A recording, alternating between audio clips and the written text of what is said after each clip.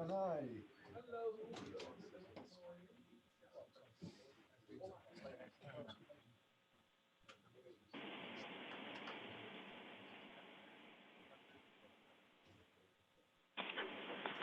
are you, sir? Good to see you. Is Rob coming in person? Oh yeah, yeah, huge. Rob, Shannon. Really, that's what yeah, it was a really touching moment. Yeah, I was find ourselves here. So, you're my best friend. Exactly. I got three best friends. Yeah.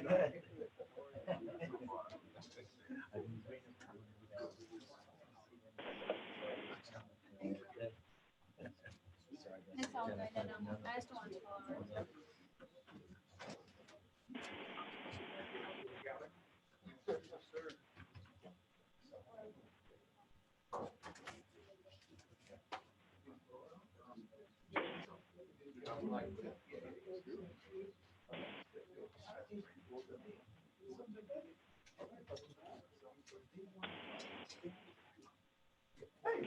How are you?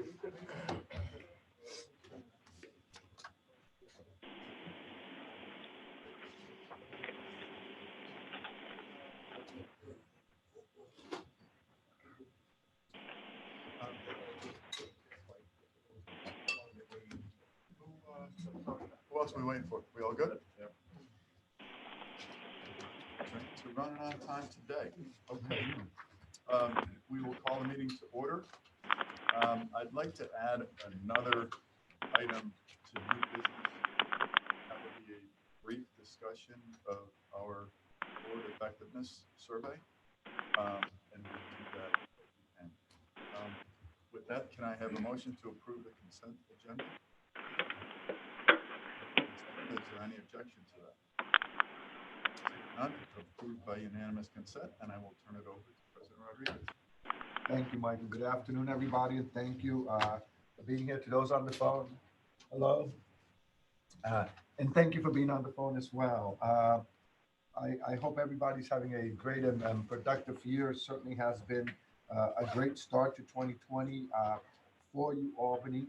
I shared with all of you a short update memo electronically. I hope you had a chance to review it. But as you know, many things continue to happen at the university. So I'd like to highlight a few things that have taken place in addition to what I mentioned in the report. First, yesterday or last night, we had the University at Albany Foundation event, the celebration of scholarships. We had about 190 of our donors and scholarship recipients gathered in the ballroom to celebrate the impact of scholarships and scholarship support and the impact they have on student lives. We also recognize the success of the capital campaign, which has seen 162 new endowed scholarships created. So it was a great evening. We had great and powerful testimonials from our students, and so we were delighted with the event. And I think that the people that were there, and we had to move it from University Hall, which we had it in the atrium, to the ballroom because the number of people and the number of scholarships has continued to grow. And so all we can wish is that it continues to grow and we move next time to the Sefki Arena. Right? Also, last week, Fardeen and his team and the Alumni Association, we were in Florida. We visited Miami, Boca Raton, Palm Beach, and Naples. Our alumni turned out in great numbers to hear updates on our campus happenings, connect with friends and classmates, and to renew their connections with U Albany. It was a great opportunity to establish even stronger relationships and establish new relationships with a variety of our fellows. We met fellows, or alumni, I should say, from 1954, I think it was, to 2019. So the wide spread of generations there, a lot of enthusiasm. The Alumni Association and Advancement just did a fantastic job in coordinating those meetings. So we were very happy with the outcomes. And in the next 4 6 months, I'll be even happier when I see the results of those visits to Florida. And now it's Fardeen's team is now constantly following up with these individuals. But great, great enthusiasm about the university. I also mentioned this in the memo, but I can't emphasize enough the significance of U Albany receiving the Carnegie classification for engaged universities. We have a video we want to share with you.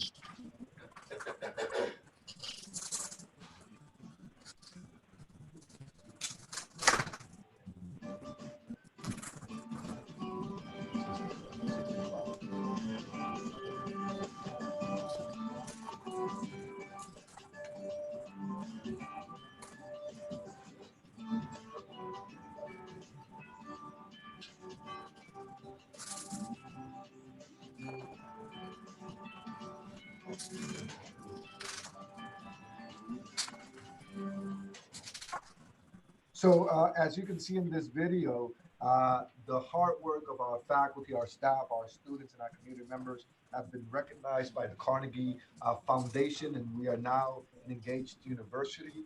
This is a classification which we have to compete for. It is very competitive. We have to submit tons of information and data regarding how we have accomplished this. And thanks to the active engagement of all our community, athletics plays a huge role in that regard as well, with all the services they do throughout the community. So being recognized as an engaged university is a great accomplishment. And so that also counts the work that you do as council members. So thank you all very much for allowing us to receive this recognition.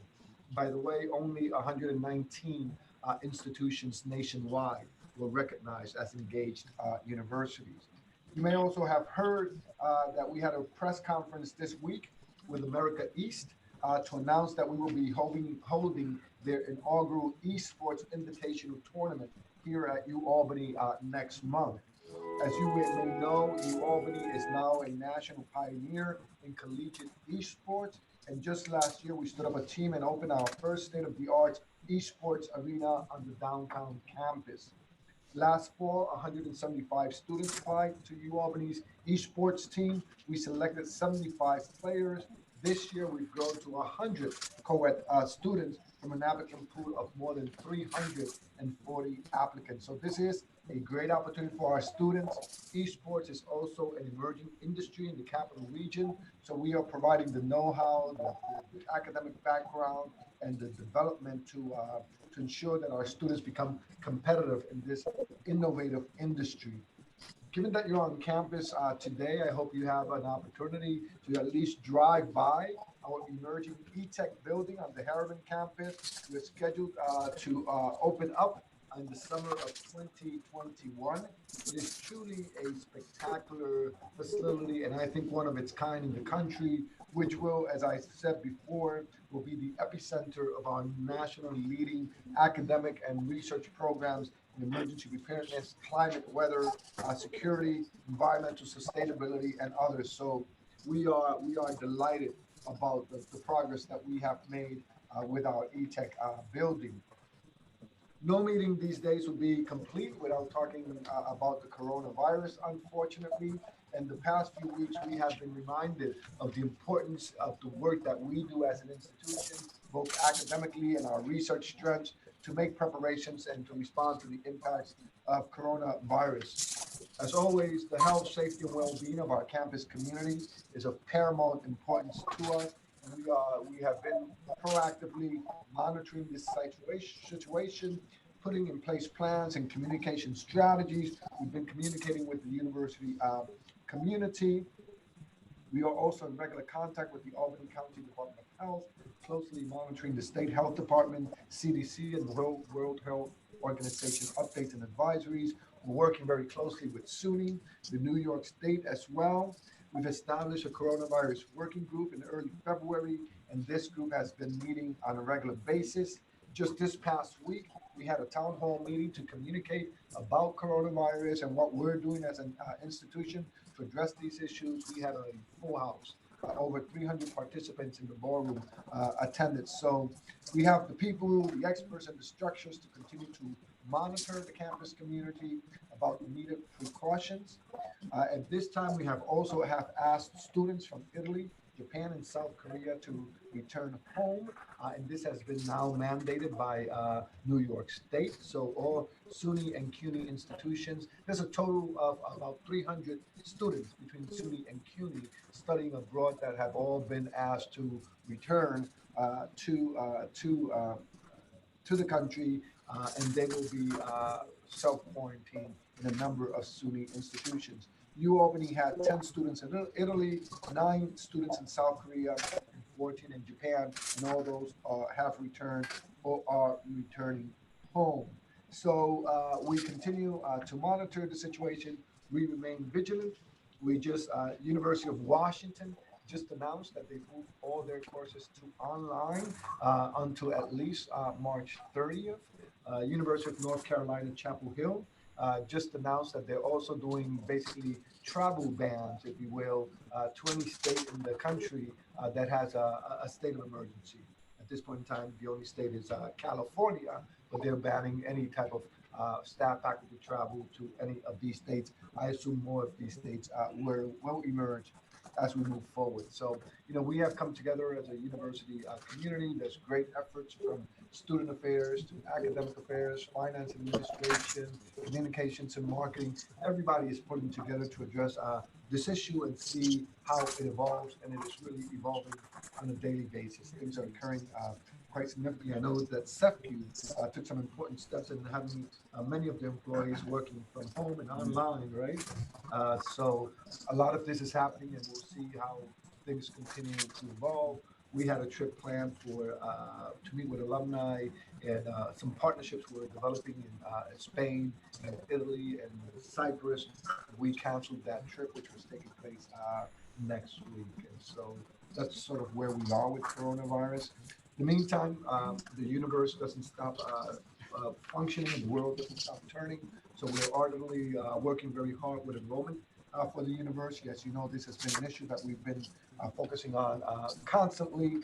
We're moving forward. We have some great news in terms of I think one of the most important indicators of enrollment for next year is the number of completed applications.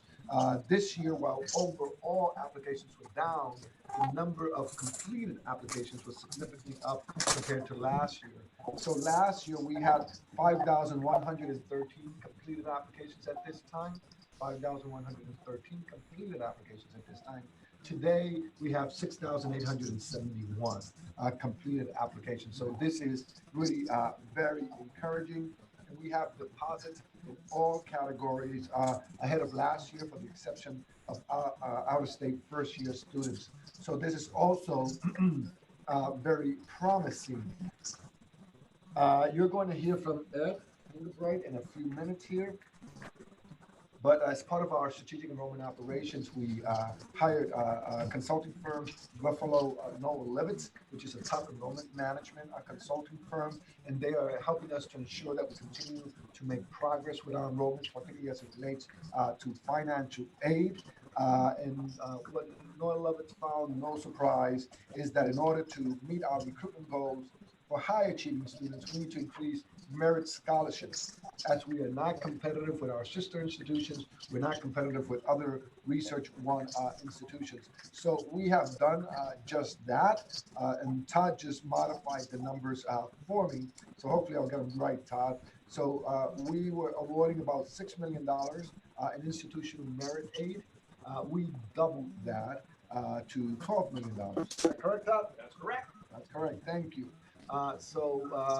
And again, as you know, given the enrollment drops that we had last year, that resulted in a budget deficit for the university. So it's not that we have tons of money laying around, but we've decided that this is a top priority. We've sort of moved money around from a number of sources. Todd's team has done a great job in making this funding available. So we've doubled our scholarship money to $12 million when we include about another $2.5 million from the foundation. That means we're having a significant impact. Still, we have tremendous unmet needs for scholarships relative to our peer institutions, as I said, and given the economic background of our students. Remember, 1/3 of our students are low-income students, so there's great need.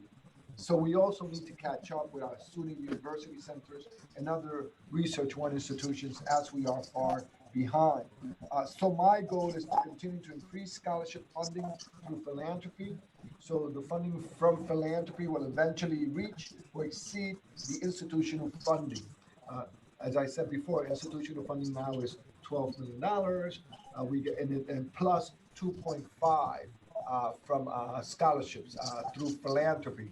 That would mean we would have to increase scholarships through philanthropy by another $10 million in order to meet the institutional need. I am confident that we can continue to move forward towards this goal, and with your support and the support of our donors, I'm confident we can meet and exceed this goal. We also, as part of emphasizing merit awards, recently established the Capital District Leadership Awards to high achieving students from the Capital Region. And I had the opportunity to meet with many of the finalists at our reception last month, and they are truly a very impressive group. Let me just provide one example. We heard from one of our recipients, Christian Bruno, from, how do you pronounce it? Is it Ishabad or Ichabod? Ichabod. Ichabod Crane High School, who was intended an electrical and computer engineering major. He was admitted to Rensselaer Institute of Technology. He was admitted to Binghamton University and Clarkson University. But his Capital District Leadership Award pushed him to deposit at UAlbany. And as he put it, UAlbany won out in every aspect.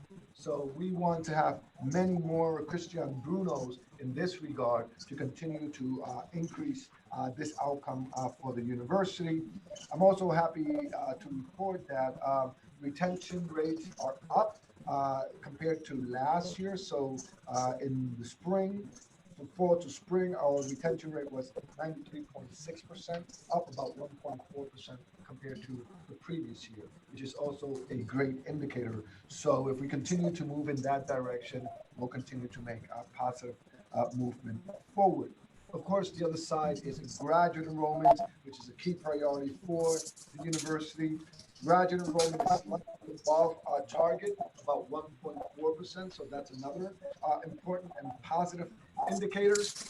Remain cautious and with concern because we don't know what's going to happen to international enrollments given the coronavirus, right? And so right now, that can have a significant impact. We get a lot of students from China, from India, from South Korea, and these are all countries that have been impacted by the coronavirus and how things evolve in the U.S. regarding the coronavirus. That will also impact enrollment. So something that we're carefully monitoring as we move forward. Also included in my report, in the written report that you received, the university has decided with the office of, or the provost, with support of the president, we've decided to make an administrative change in the School of Criminal Justice. The dean in the School of Criminal Justice decided that he was going to step down effective June 1. When these things happen, we take a comprehensive look at where we are, organizational structures, academic structures for the university. As you know, the School of Criminal Justice is a productive, respected, and highly ranked unit of the university. And we believe that closely aligning the School of Criminal Justice with Rockefeller College will create even more opportunities for high impact academic programs, research, and scholarship.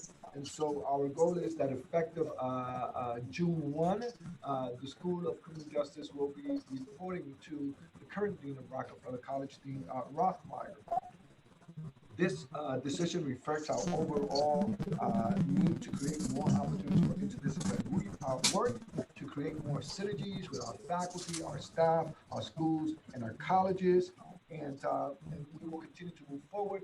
A couple of weeks ago, or 3 weeks ago, the provost and I met with a number of faculty from the School of Criminal Justice. We had a very positive conversation. Dean Rothmeyer is meeting with faculty and others in order to sort of move this transition forward. Of course, this is an important change. And, you know, and when you sort of rock the boat, get concerned. There's been pushback on this. We're meeting constantly, regularly with the Senate Executive Committee, having conversations with the University Senate.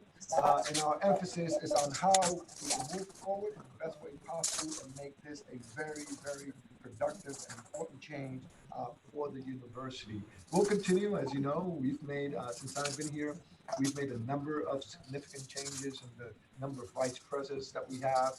We reduced those by 4, although we then added the president for community engagement, government affairs and community engagement. And so these are changes that we're constantly assessing and seeing what's in the best interest of the institution.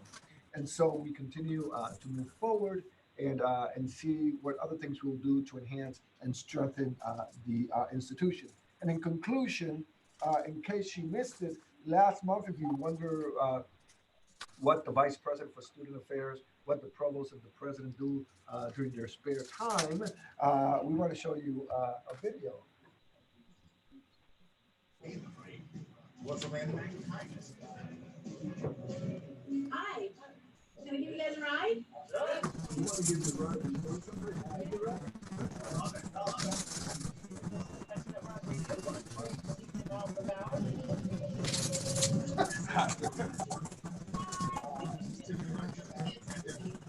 last 20+ years in Maine.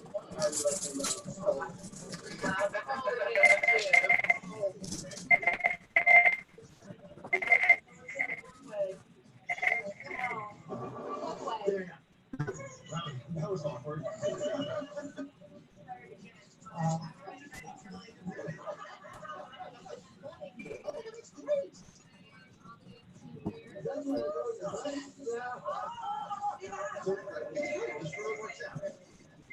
Small world. Yeah, it is.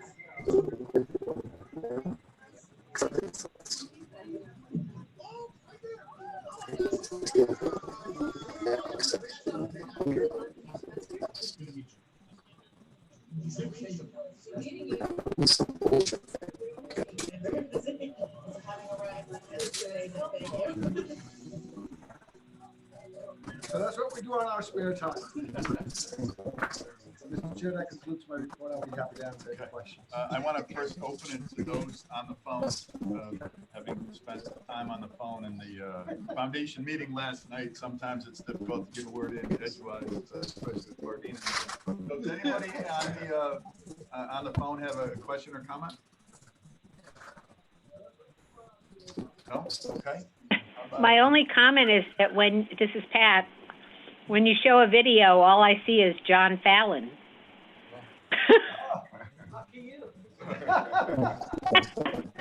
So just saying.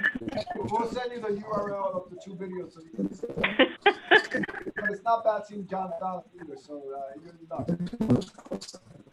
How about in the room? My only comment is that when, this is Pat, when you show a video, all I see is John Fallon. I think it's on a loop. Technology, that's very funny. That's interesting. Okay. This happened once before. How about in the room? Sure. So in terms of the enrollment work that we're doing, are we doing any exit interviews with students that have left? Like, do we sit down with students who are already on their left? Yes, we do through our career office, but unfortunately we don't capture as many of those who left. And we sometimes we're challenged if they will indicate that leaving for personal reasons. So it's kind of a sensitive component, like, okay, tell us a little bit more. Is it something related to we can't afford to continue? Is it a personal issue? Is it something with your family? Some of those items are not in our things we do learn, and career office and as well as join about the business operation, we try to remove some of those barriers. So for the most part, we know what are some of the primary needs of the student, right? The primary issue is cost. Primary reason why students leave.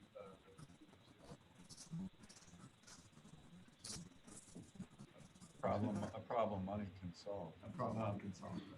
So as I recall, you noted that our retention rate was up. And as I recall, that was coming from a very high number, wasn't it? So aren't we above, as far as we're at 93% semester? Isn't that a comparatively really? That's good fall to spring.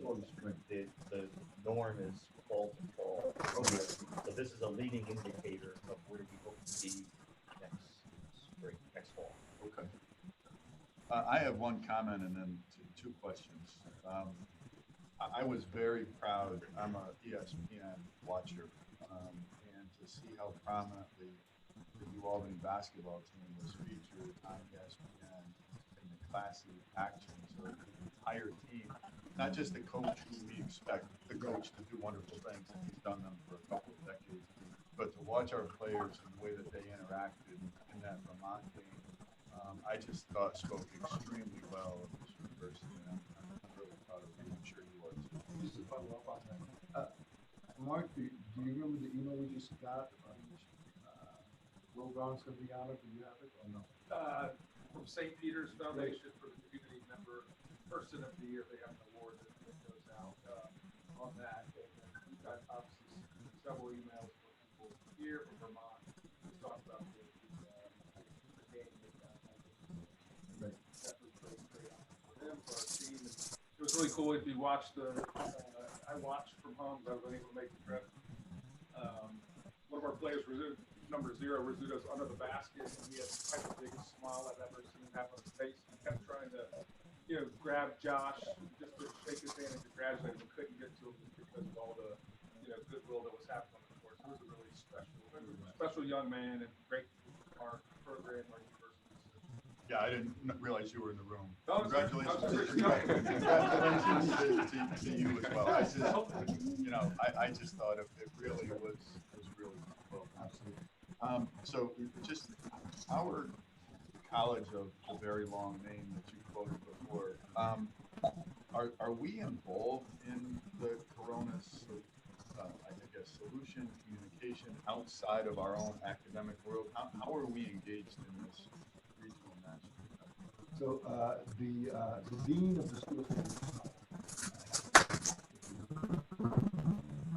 interviewed in a number of areas.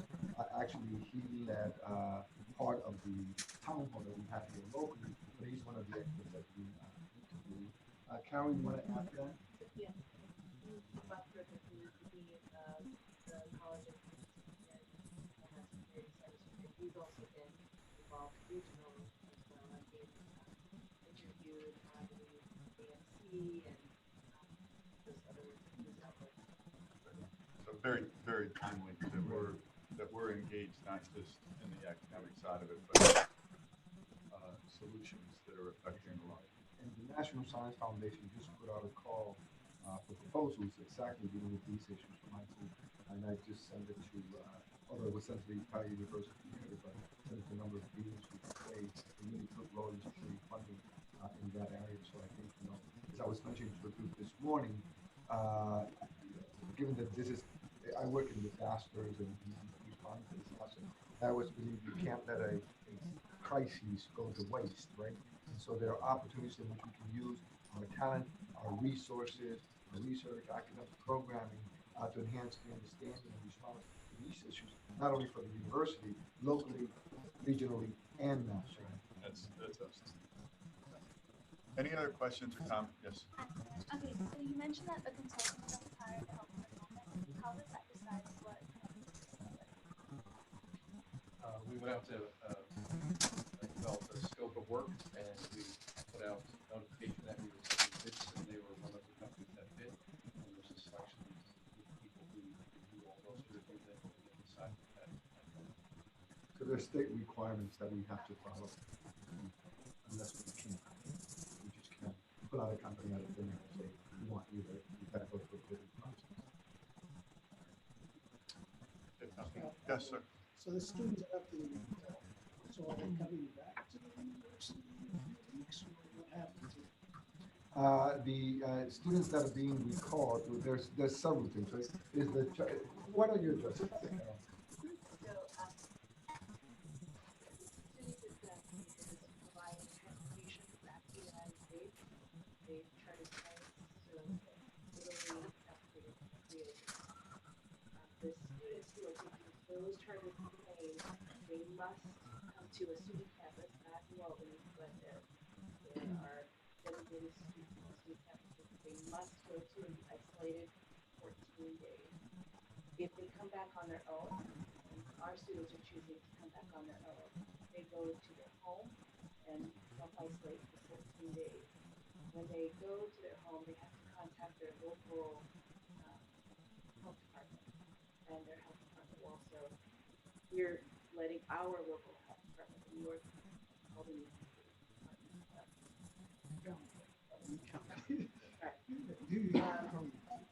where our students are so that they can connect with the students local. And they have to self-isolate for 2 days at home. They're not, And after that, what happens? then after 14 days, they can come back. Presumably they should be okay by now. Quick follow-up question, because I do know some people personally that are in Italy right now, but they're international students, so they're home technically, so are they self-isolating with other student campuses, or are they doing something else? They're international students in Italy and currently, so then they or they planning to contact. I think they're planning, like, based on what you said, and that, so I'm just wondering, because I know they can't go. So, if we have plans for students through CIUGS or international officer, and we're making plans for them to either self-isolate, but not on campus. So we can Thank you. If nothing else, thank you. We are going to move on to the capital campaign and Fardeen. Thank you. So Fardeen, if you could give me one of your bobbleheads so that when I'm home and I'm hearing you, that voice, I just, if you could forward one of those, that would be great. Actually, Michael, I'm disappointed that you don't have one already. I don't. I haven't given enough money. I guess you gotta give at a certain level to get the Fardeen bobblehead. I will do that next week. That one was here. Just want to start by where we are this fiscal year to date. And as of January 31st, 2020, we raised $14.9 million. This is 22% ahead of last year this time. And we have seen significant increases in School of Business, School of Education, and and university-wide has the highest decrease. I'm going to go in detailing that. From the $14.9 million, $12.9 million, or 87% of the gifts came from gifts of $25,000 and up. We call those principal or major gifts. This is just a business term. And which is $7.7 million in total, compared to $5.6 million last year. This is the major gift. 39 major gifts made up $7.7 million this year versus $5.6 million last year. U Albany Fund, this is the general fund for the university. That's down from $3.9 million last year to $3.3 million this year. That's down 16%. And a major factor in that is, if you recall, last year we had the kickoff of the campaign, and we had a big push. We had the 44 challenge in the month of October, so that brought in a lot of gifts at that time. But in February, we shifted, the trend has changed. We brought in more gifts, and this year the challenge is going to be in March, the March Matchless challenge that is going to start March 23rd, and we are looking forward to regaining some of those numbers. But I already know, if I were to forecast, at best this year, the U Albany Fund number is going to be flat. You're not going to be ahead of last year. However, the good news is the 1844 Society, these are gifts of $1,000 or more. Members, the number of the donors are up from 675 to 746, and the total dollars is up from $5 million to $10 million. I want to mention Kimberly Sanger Jones, who's chairing the 1844 Society this year. And also, the number of donors are down this year in compared to last. The number of gifts are down this year compared to last year. And last year, this time we had 8,141 gifts.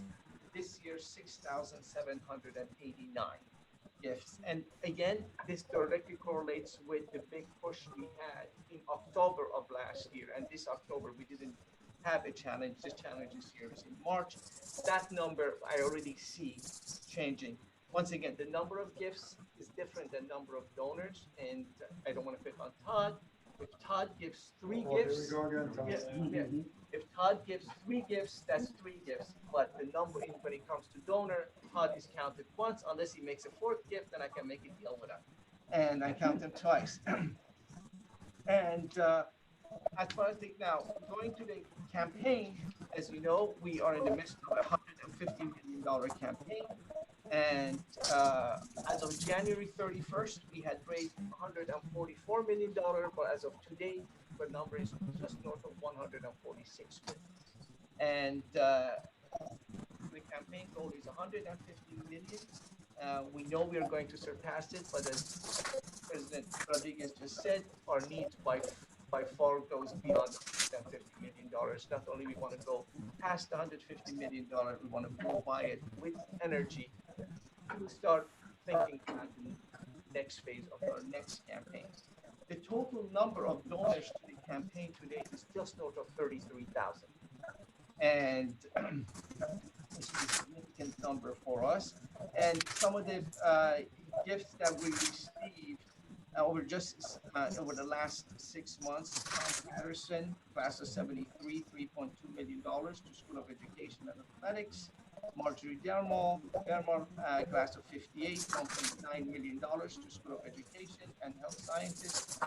Pete Pines, class of 74, $625,000. Meg McLaurin's Peacock, $100,000 to Writers Institute and Athletics. Mark Taylor, class of 84, $220,000 to Endowed Scholarship. Meredith Butler, she was a former employee of the university in the libraries, $470,000. Larry Austin, $300,000 to EOP Endowment. And our own alumni association, Rachel Konian is on the phone. I want to thank them for a $250,000 gift to Emeritus Scholarship. And Jeff Black, who's the co-chair of the campaign, added $150,000 to his gift. Now, all of these gifts that I'm mentioning, what are the impact of it?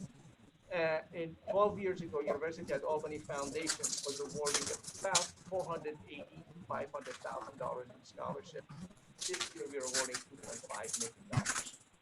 And when I mention these gifts come in the form of pledges, comes on service plan gifts. That means you're not, all of that is not in cash. As these gifts mature, plan gifts, the pledge payments are met, so they increase in our scholarships. This year, we had the highest jump in awarding scholarships. We went from $2 million last year to $2.5 million this year. And this trend will continue. And I have to, and the number of scholarships has grown. So somebody has to award it. Somebody has to go through the, applications. And I want to, commend Steve Hudson and his team in the financial aid to doing an incredible job you do to meet with the criteria of the scholarship. And of course, we are forever grateful to all the donors and all of you for your leadership. With that, I'm happy to answer any questions you have.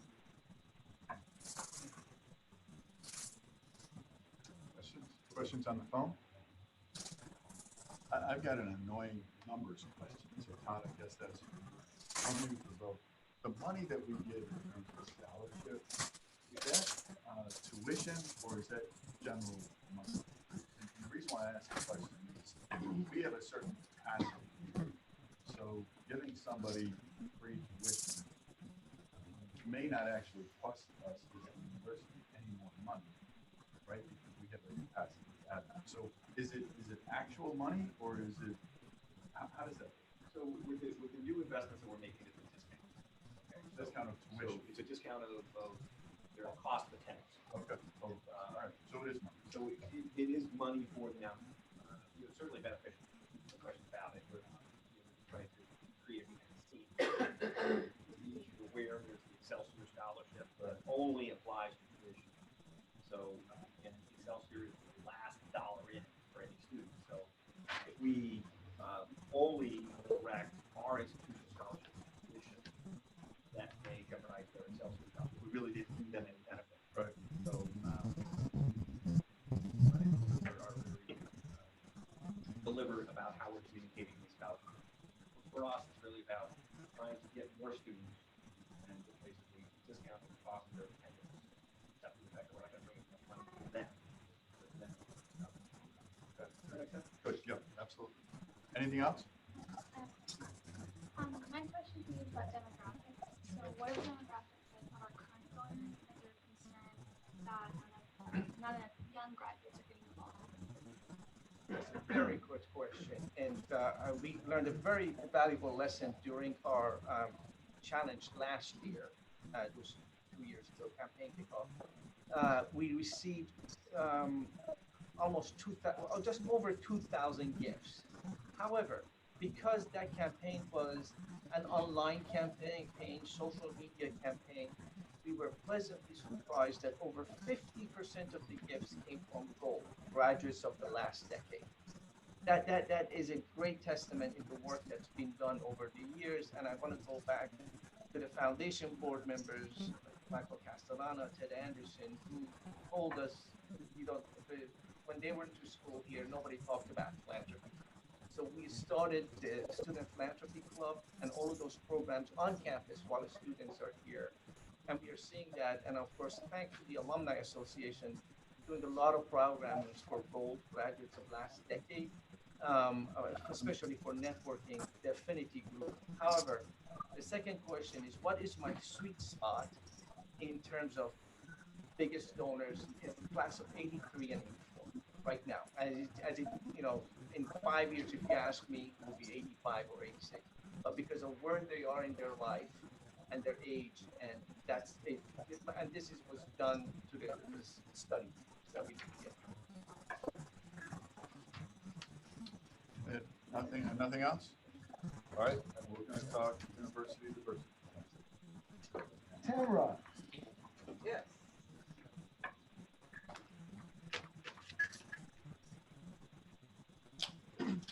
You might recall that under our former president, Robert Jones' time here, there was an Inclusive Excellence Initiative launched for the campus. And it was at that time that the President's Council on Diversity and Inclusion did a lot of work to develop a draft action plan. Okay. And then, of course, you know that once President Rodriguez came on board, he launched a strategic planning effort for the entire campus, whereby he determined that diversity and inclusion would be one of the 5 key priority areas. Elga Wolford and I were co-chairing at that time the President's Council on Diversity and Inclusion, and we were charged with providing leadership to the strategic planning effort under President Rodriguez. The committee, the Diversity and Inclusion Committee, as a part of the strategic planning effort, was very broad and diverse. It included faculty, staff, and students. And the final product of our work is the action plan that you have in hand. And today what I'd like to do is just very quickly review just a sampling of some of the actions and share some details regarding some of the actions included in the plan. Some might actually question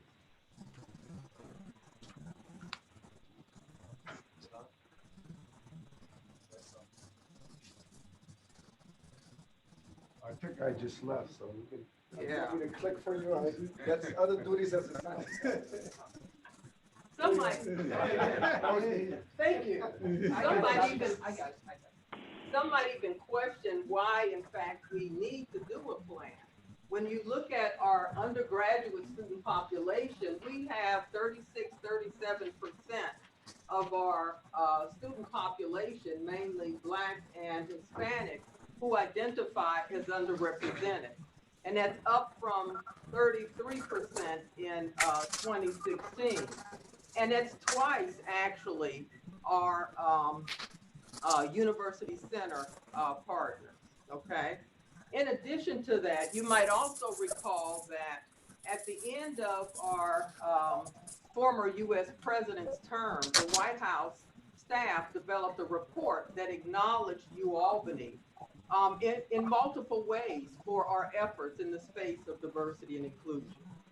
I think you're also aware that we've been recognized by Education Trust as being top 10 university for student success relative to our African American and Latino students.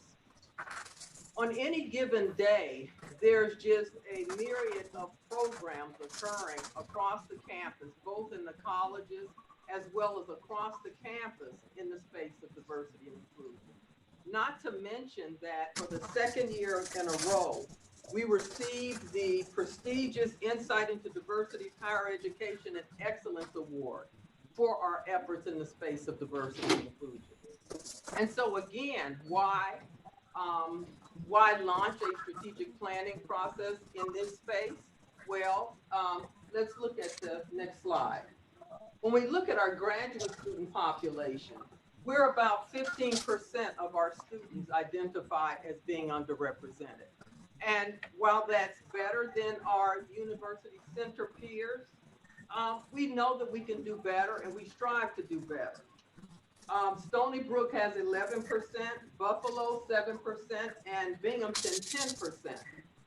Looking at our faculty representation, you note here in the purple that looking at our full-time faculty, we hover around 9 to 10% of our total faculty identify as being underrepresented. The last year there is 2018, but in 2019 it's 10%. And again, although competitive with our university center peers, we know that we can do better. If we look more specifically at the specific segment of our faculty, and that is our tenure track faculty, university-wide, and STEM faculty. The first column represents our total faculty on campus. The middle column, STEM faculty, as a percent of our total faculty, and the end column are URM faculty as a percent of our STEM faculty. What we see in this table is that 198 of our total faculty are STEM, but only 13 are URM faculty. And only 52 of this 198 faculty are women. In addition to that, only 6 of those women are URM. And so very clearly, both women and URM of both genders are underrepresented. Next slide. If we look at our professional staff, we notice in the purple here that we hover around 14–15%. And again, although in comparison to our university center peers, we're doing well, we can do better, and we know that we can do better. And so the purpose for the planning process for us is to diversify certainly relative to the groups I just mentioned, but to be successful with those efforts, we know that we also need to ensure that we have the climate that is viewed as being welcoming so that all feel that they can be successful here at UAlbany. But we want to do all of this in a very coordinated, strategic, and focused manner. And so what I'd like to do at this point is share with you some of the action steps included in the plan. So this first goal is very much about diversifying our campus.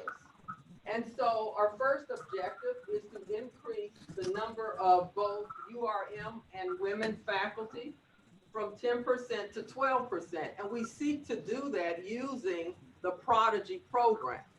Prodigy, of course, is SUNY's program that aims to increase the representation of historically underrepresented faculty, as well as women in STEM by 1,000 by year 2030. And in order to be eligible for STEM funding, all institutions interested in doing so had to submit a Prodigy proposal to SUNY for approval. As a campus, we did that, and so we are proceeding with searches, faculty searches. And Provost Kemp and I actually notified the deans that, as a matter of fact, our focus in terms of hiring is on hiring URM, underrepresented minority faculty, as well as women in STEM. We have also enhanced the search process as well to support those efforts, and I can share more detail about that later if you'd like. So equally as important as hiring to diversify our faculty, it's also important to retain the faculty we've been able to recruit. And so to support those efforts in the fall, we launched a mentoring program for women in STEM and our underrepresented faculty, and the activities within that program actually focused on the supporting the faculty through the promotion and tenure process. Our second objective is focused on increasing our number of underrepresented graduate students from 15 to 20%. Now, our first action step is to develop a visitation program for prospective graduate students. This effort has been launched by our graduate school, and it's a best practice for diversifying campuses in the space of graduate population, whereby we have invited, or the graduate school actually invited, prospective graduate students from historically Black colleges and universities, as well as Hispanic serving institutions, to the campus to experience the campus, as well as to learn more about the discipline of interest. The second action step there is focused on actually recruiting from our already diverse undergraduate student population. If we have such diversity, it only makes sense to recruit from that population. And that effort was launched by the graduate school as well.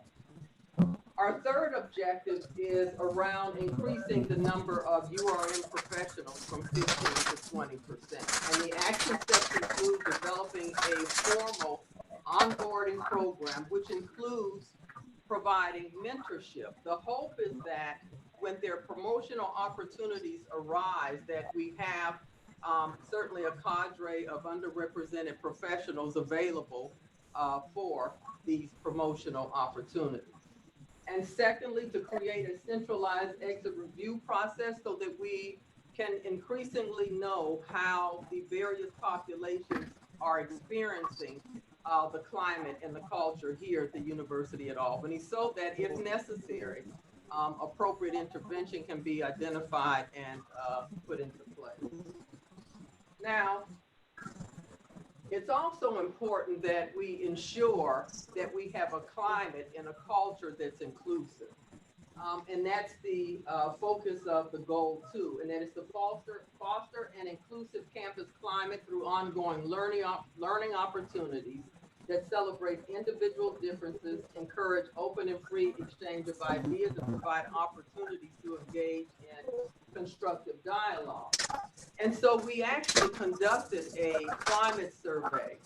And what we found was that with regard to perceptions of racial tension on the campus, we found quite a difference in perspectives for our faculty and staff of color versus our white faculty and staff of color. And so while you don't see it, there's a bullet.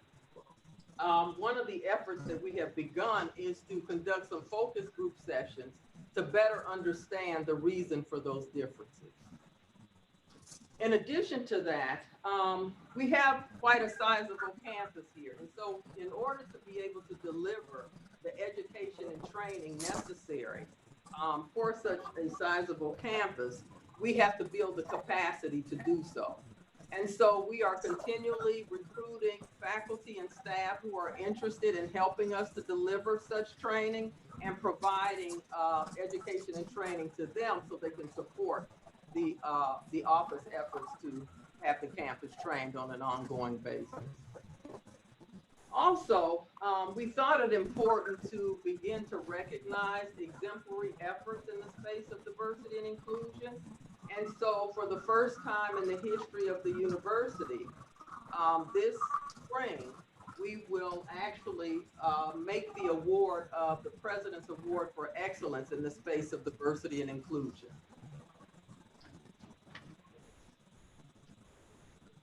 Our last broad campus goal is around cultivating an inclusive learning environment by incorporating diversity into the curricular as well as co-curricular activities. Now, you know, there is no objective there. There is no objective there because we have a subcommittee who is charged with actually helping us to better define the metrics there that would help us measure our progress for this particular goal. And so once we have defined and come up with that metric, we will update this document accordingly. The action steps here include providing workshops to assist faculty with incorporating diversity and inclusion topics into the campus-wide curriculum as well as to their classroom activities. We also seek to create a committee to review the impact of the SUNY mandated changes in the general education program on diversity-related learning objectives. You may be aware that SUNY recently appointed a task force to look at the general education program, and Provost Kim as well as Joanne Malatesta are both on that task force. And the subcommittee that we have appointed, who are members of the President's Council on Diversity and Inclusion, will work collaboratively with the provost as well as Joanne as we better understand the parameters that we can undertake for that work. And so again, our interest with our plan is certainly to diversify the campus. And in order to be successful in doing that, we know that we've got to continually work on ensuring that we have a welcoming environment. Even though nobody's perfect, we can always do better, and we strive to do so. And we seek to do that through a very concerted and strategic, focused manner. So I look forward actually to continually updating you on our progress. Questions, Questions, comments? comments? So you mentioned you could speak more on the search process that you use. Can you go into? Say that again. You mentioned you could speak more on the search process you use in terms of getting more faculty, graduate students, undergraduates, and color here. Can you please speak on more on that? Yeah. So as it relates to faculty, one of the best practices for diversifying the faculty is to identify faculty who are well respected by the campus and who understand a lot about the various disciplines on the campus, so that they can support the work of my office in challenging faculty who are on the search committees regarding some of their thinking as it relates to rating and ranking some of the candidates. And so we have identified such a faculty member, you know, I tell you that that person has been invaluable to supporting our efforts.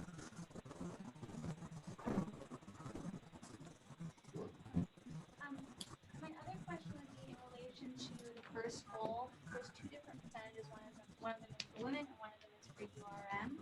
So for women, it's 10 to 12. For the other one, it's 15 to 20. Is there a reason why, like? I'm not sure. Like, so for here it says you want to increase the number from 10% to 12%.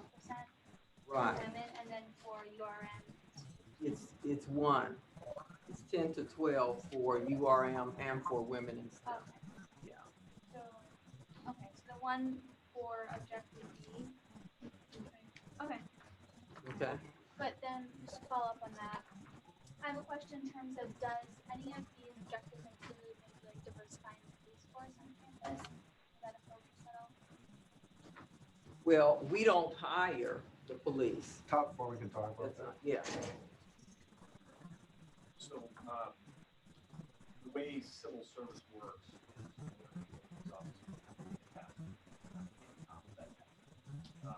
despite many efforts years, civil service is unwilling to change that practice.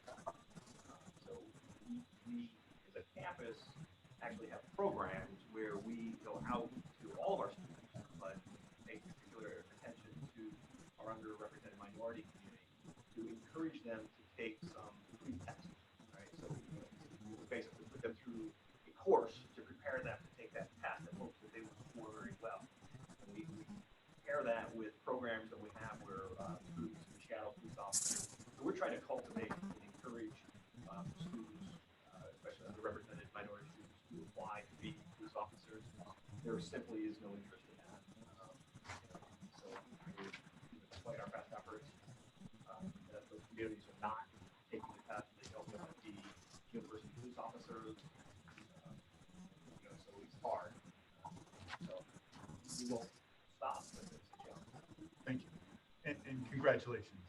I think it's great that you have a plan, but I think we would be missing an opportunity to look at where we are right now and say, you know what, I think you've done a great job already, and we're all excited to see that you continue that success. So congratulations. Very, very well done. That's the entire campus. Very well done. Okay, we are now going to move to strategic scholarship investment.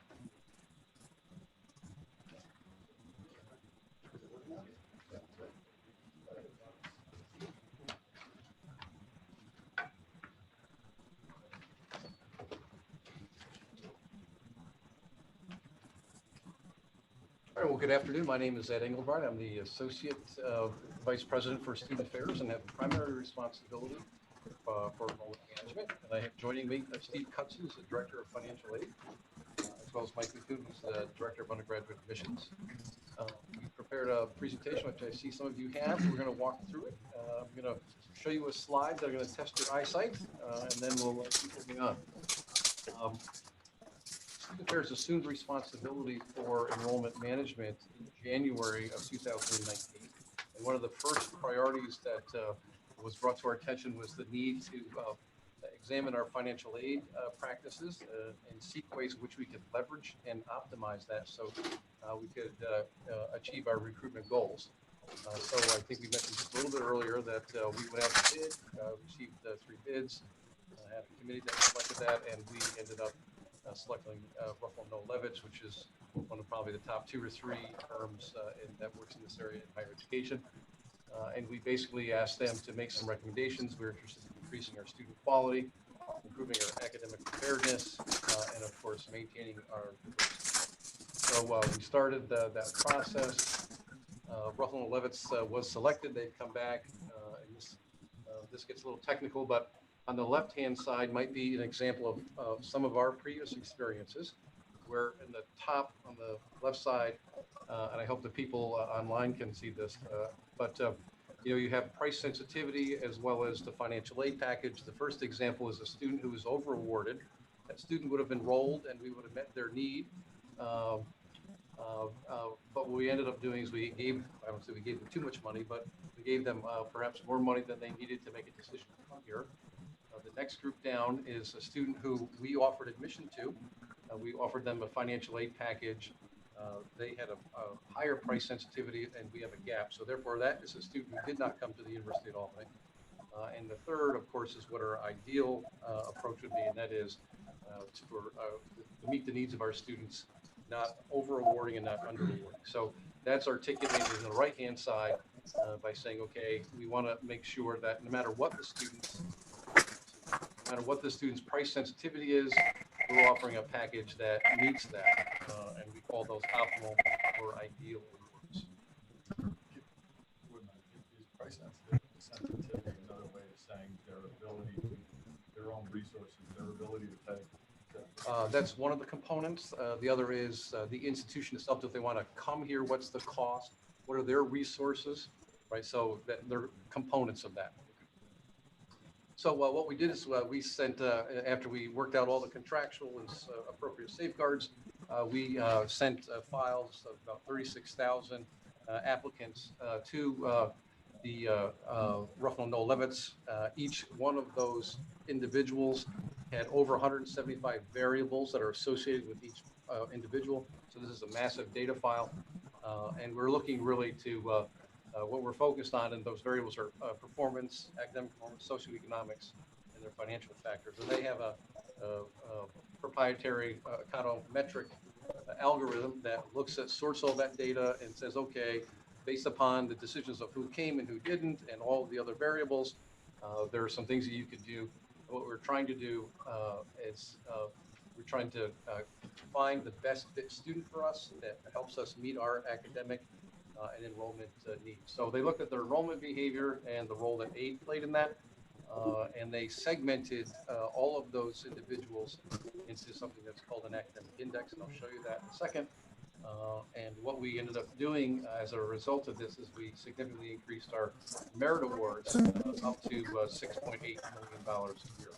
So before you go to the next slide, so just so everybody's on the same page, that's the accurate number, 3 million to 6.8 million. Todd's our money person. I'll go right to Todd. We are increasing our total spend from, the difference here, I think, is between what was budgeted in the past versus what we budgeted now. So, with all due respect to enrollment management, they haven't often stayed within their budget in terms of spending on scholarships. They go out and try to get as many students as they can. We applaud them for that. In the university, we've been setting aside about $3 million a year. In the last fiscal year, that spend was about 4.7. This year, it's projected to be about 6.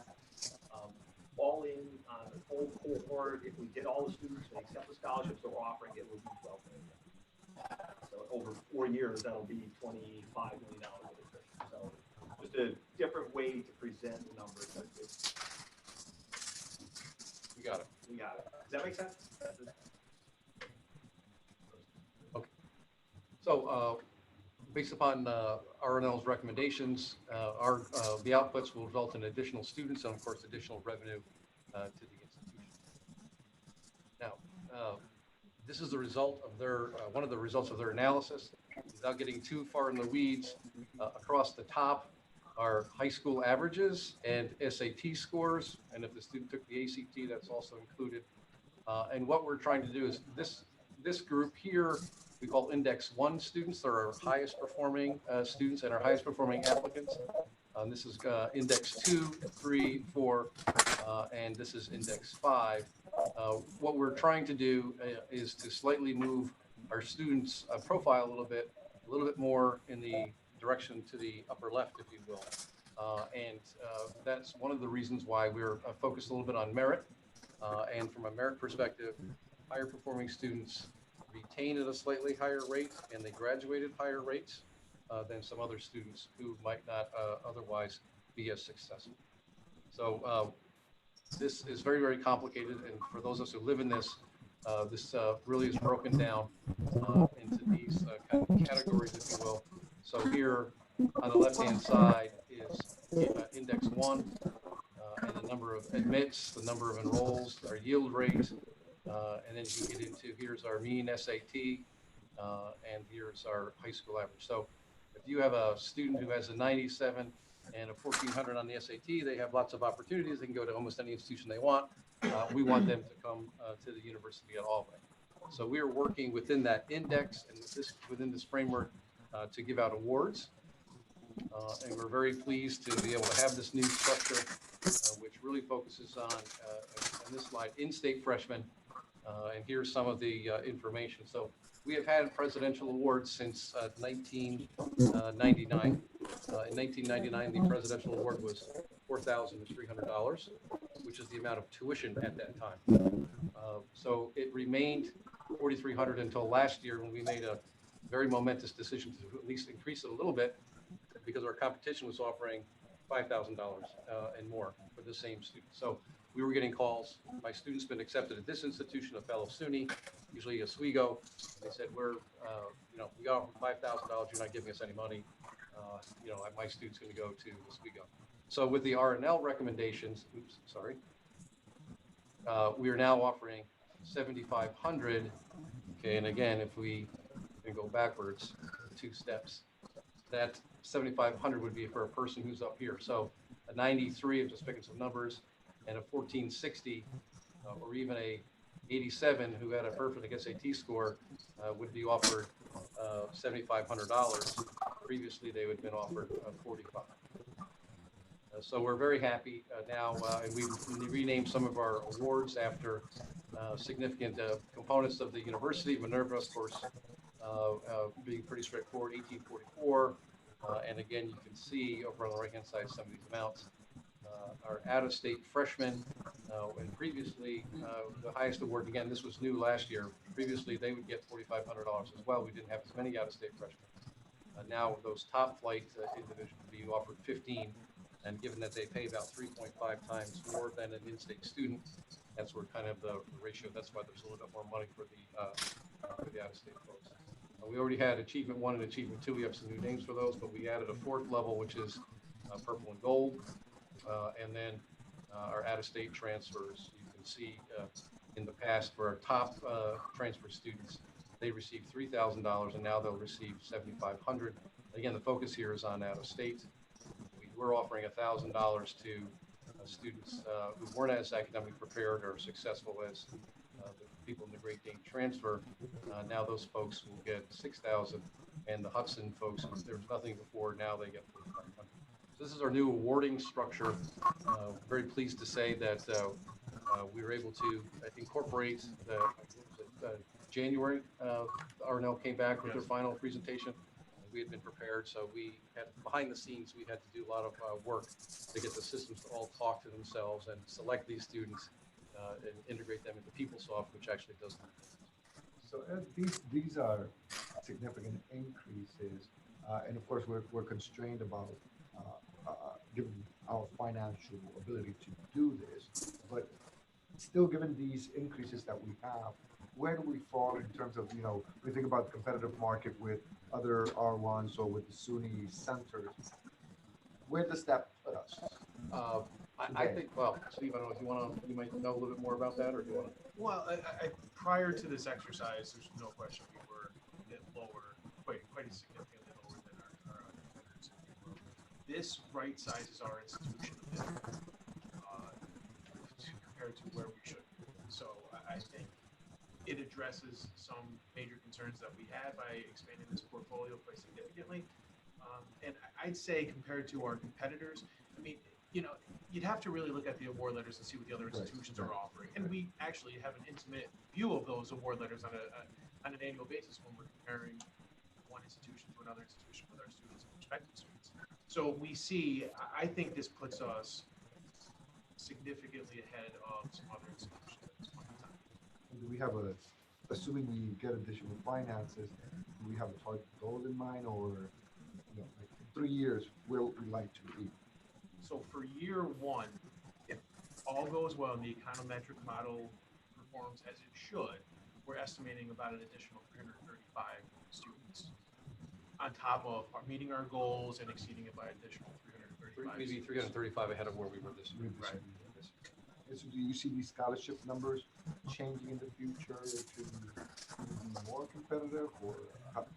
I think as we go through, we'll have a better sense. Okay. More data. I'll be honest with you, and Todd's sitting here, he's like, listen, I already gave you a lot of money. Why are you asking for more? But for the Minerva scholarship, we're offering 5, and there's a band there, right? So there's some students who are high in the category 2, and there's some students who are kind of lower end. For the higher end students, they'll be offered $5,000 as we go, and might be offered $5,000 on some other students. But before, they were getting absolutely nothing. So for us, it's a step in the right direction. We think there might be some slight changes over time as we learn a little bit more. Maybe 7,500 is a little high and 4,000 is a little low. Maybe it's 7 and 5. Maybe the 2,500 moves up to something. So we paid R&L for the next year, so they're going to be actively engaged with us, watching is what the yield is on these different stocks. We offer too much.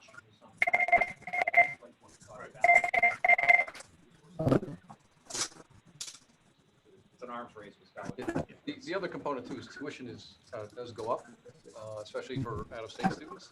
So even if we're talking about out-of-state freshmen or out-of-state transfers, when you start to see some of these numbers, 2 years ago, out-of-state tuition went up almost $2,500. Last year went up by 910. Right. And this year, it hasn't been determined, but if it goes up a great deal, then we are gonna have to adjust this, because then we don't, we'll be sliding back. So bottom line is, I'm sorry, quickly, this is a very fluid exercise. After we just released our financial aid packages about a week ago. So we're scheduling weekly calls with RNL to test our yields, to see where we are, see where we should be against our goals. And based off of those conversations, there's the possibility that we might have to tweak the model a little bit to see the results that we want to see. Approximately, what is our state, out of state? So in-state for this year is $7,070. Out of state is about 3.5 times that, call it 25K, just on the tuition side. For the upcoming year, the in-state slate to go up about $200, and out of state is kind of Not determined yet. Yeah, unknown at this point. Total cost. So the total cost of attendance, I won't get into the weeds too much here, but it Just do direct. yeah, so the direct expenses for the institution, room, board, tuition, fees, about $25,000 for in-state, and call it 40K on the out-of-state side. There's no answer to this question, but I'm looking at that and saying, you know, to the institution from a cost perspective, that top talent, why wouldn't it be revenue neutral to us for in-state and out-of-state, for like the best of the best? So as we're trying to recruit people to come to Albany, not just to attend university, but to live here, it would seem that you would have a lot more money for the presidential scholars to bring them in, right? You're making it revenue neutral. You're basically giving their tuition so that they're tuition free for the presidential in-state, but the presidential out-of-state, there's still a substantial tuition. When they seem to be a target audience. So there's no answer, and this is your stuff. I'm unfortunately a numbers guy at heart, but I'm saying, I mean, wouldn't we want to make it, it's revenue neutral. It doesn't cost us a penny more to have the person from out of state than in-state, right? It doesn't cost us any more money. What we're doing is giving it tuition free. It would seem, One of the things, just to be sensitive, reference a little bit, is that for the out-of-state, we don't really, we look at this as cost of attendance. We can give the scholarship on the tuition side or whatever we want. On the other side, it's really, we don't want to give any money to a person who could already get more money out of Excelsior. Right. So part of that challenge is, and we may look at this and go like, you know, we exceeded our numbers, you know, maybe in what we call achievement one, but we didn't necessarily for the presidential or the highest. And maybe we need, as we move forward, we might tweak that a little bit. But this is our first year. We're happy to have it. no, this is again, Yeah. great from where we were, but for that out-of-state presidential, where you can invest in players across the country, get them to Albany, New York, that seems to be And the other issue that we have to be sensitive to, Michael, is the fact that we get state support. Our elected officials want that state support to support president year students. So as we shift resources to out-of-state students, we often hear about that. And it's not easy to explain, but we're actually not giving them anything. We're just not charging them. It's not like we're giving them state dollars.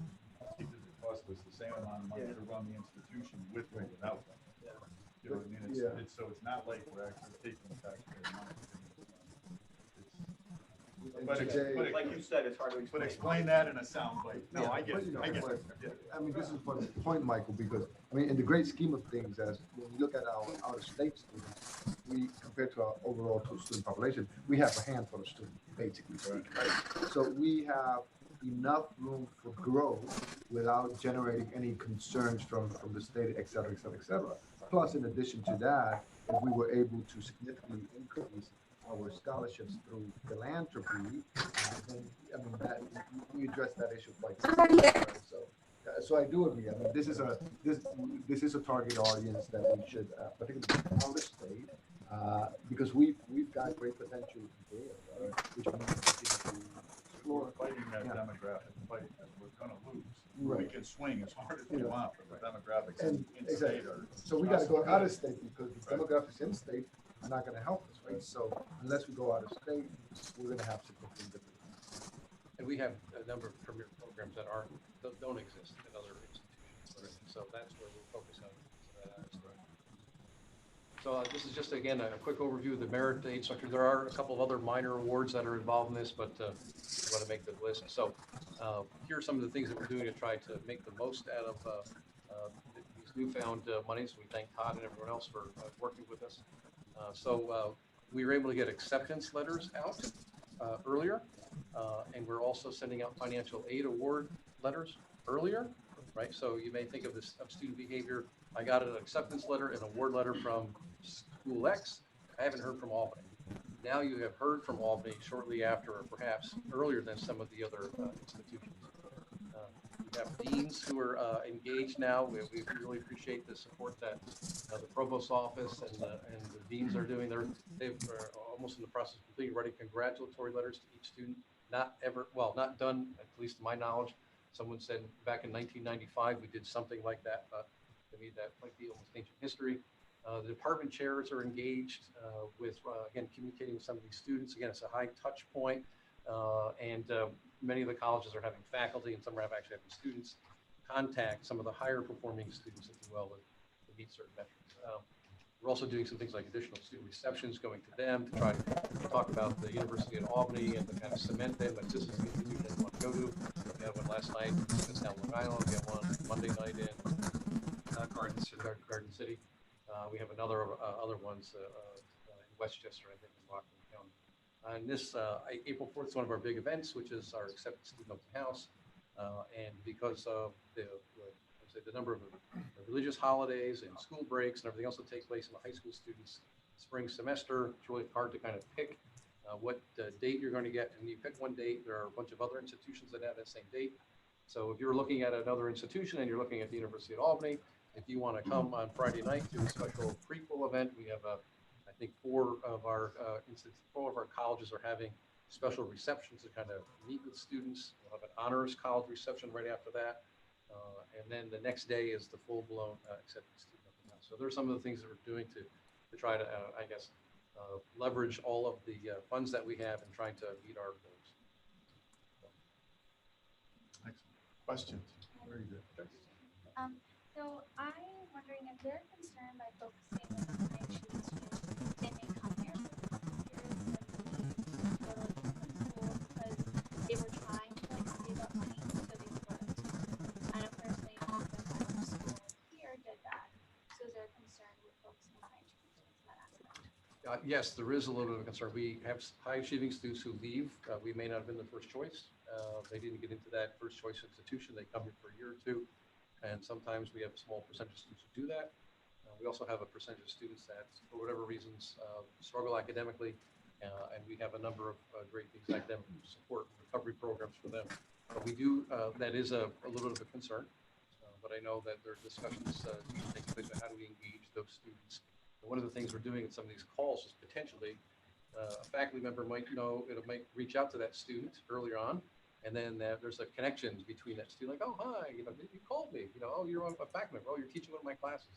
Make that connection. So sometimes faculty engagement and connections that exist keep a student here, like, oh, hey, we got this research project, instead of going to that other campus, what do you think about participating in this type of activity?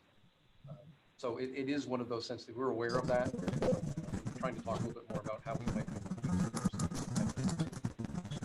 Part of this exercise too is just a recruitment activity, right? It's a persistence and retention effort as well. So, I mean, when we put this exercise together, we sent the data to RNI. It was a monstrous amount of information, so 175 different columns that we sent. So all of these factors are being taken into consideration, and hopefully it will address exactly some of the concerns you just mentioned as well. From a price point. I have a follow-up then.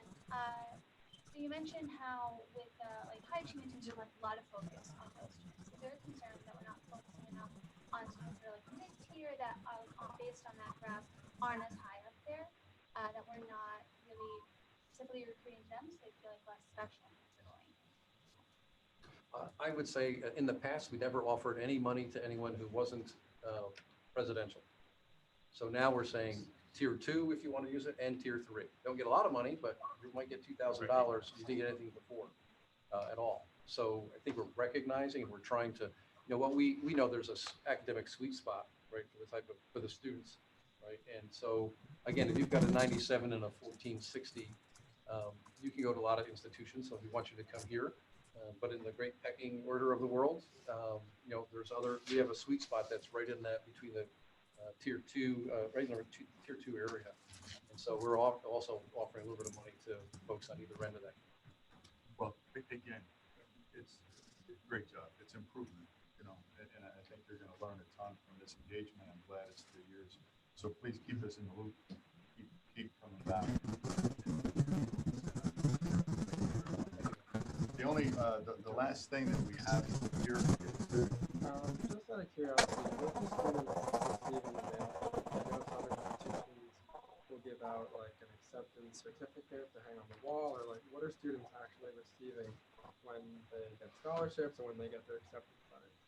So from the acceptance letter, I'll defer to Mike for that piece, but I can say from a financially packaged perspective, 2 years ago, we decided to nix sending mailers home financially packaged. Bringing that back, actually, we think we're missing out on an opportunity to communicate to our students.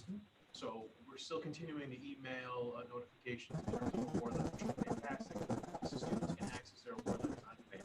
So they log into our portal and then they can look at their award letter at any point in time. But we are excited that we're rolling out a paper award letter again this year. And we think there's something to be said about sitting at home at the table with your family and looking over the financial aid package. So that is happening, and that's forthcoming. Hopefully this week, I guess, is over by mid next week anyway.